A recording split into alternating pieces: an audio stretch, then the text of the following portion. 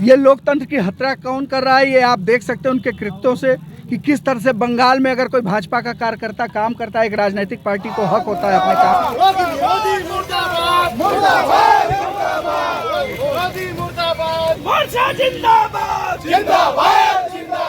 नरेंद्र मोदी जिंदाबाद। मैं भारतीय जनता पार्टी काशी क्षेत्र उपाध्यक्ष पिछड़ा वर्ग मोर्चा अनूप जायसवाल। आज हम सब ने जिला मुख्यालय पर पश्चिम बंगाल की मुख्यमंत्री जो वोट बैंक के तुष्टीकरण के लिए मुस्लिम मतों के लिए इस हद तक गिर गई हैं कि पिछड़ों के हक पर कुठाराघात निरंतर करते आ रही हैं। उन्होंने बंगाल में 118 मुस्लिम जातियों को बिना किसी जांच सर्वे के पिछड़ों के हक में उनको हक दिलाने का काम किया, जो कि अगर अनुपात में कोई व्यक्ति होता है तो बात समझ में आती है। उनकी आबादी 30% और उसके अलावा उनकी 118 जातियां घुस जाती हैं। कभी 42 जातियां शामिल की जाती हैं तो उसमें 39 जातियां मुस्लिमों की होती, 3 जातियां सिर्फ हिंदुओं की। तो ऐसा अनैतिक कृत्य पिछड़ों के साथ पिछड़ों का हक मारने का काम निरंतर इंडी गठबंधन करता आ रहा है।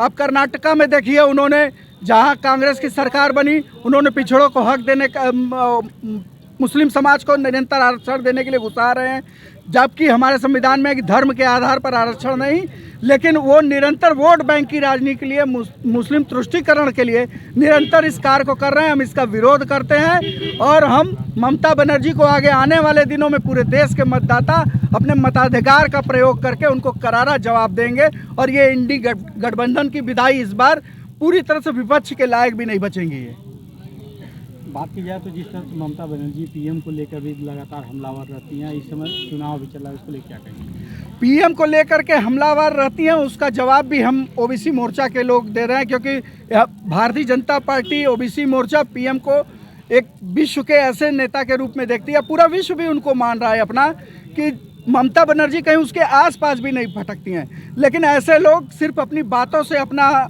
क्षतिपूर्ति करने का काम करते हैं। देश की जनता समझती है कि कौन कोरोना काल में वैक्सीन लगवा रहा था, कोई अगड़े पिछड़े का भेद नहीं था, कोई धर्म का भेद नहीं था। 80 करोड़ लोगों को राशन देते हैं, उसमें कोई भेद नहीं होता है।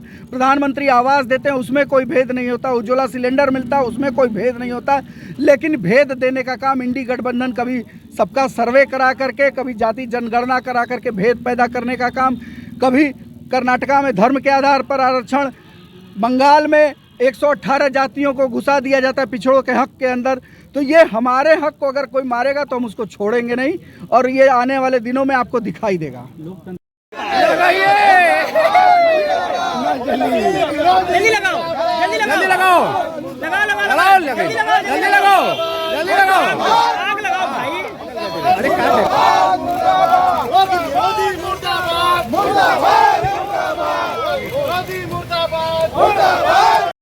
ये लोकतंत्र की हत्या कौन कर रहा है, ये आप देख सकते हैं उनके कृत्यों से कि किस तरह से बंगाल में अगर कोई भाजपा का कार्यकर्ता काम करता है, एक राजनीतिक पार्टी को हक होता है अपने काम करने का, अपने झंडा, कोई झंडा लगाता है उसको मारा जाता है, कोई भाजपा का बैनर अपने यहाँ लगा लेता है उसको मारा जाता है, और उसके बाद तमाम इस तरह के कभी बलात्कार के केस पूरे के पूरे जगह पर दिखाई देते हैं।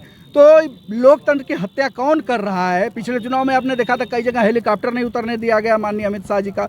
तो ये कौन लोकतंत्र की हत्या कर रहा है, कौन लोकतंत्र को संभाल रहा है, ये आप निर्णय करने का काम करिए। हमने किसी के साथ भेद नहीं किया, किसी राज्य के साथ। जहां 80 करोड़ जनता को अगर राशन देते हैं माननीय मोदी जी, तो वो 80 करोड़ 28 राज्यों के सभी जनता के लिए होता है।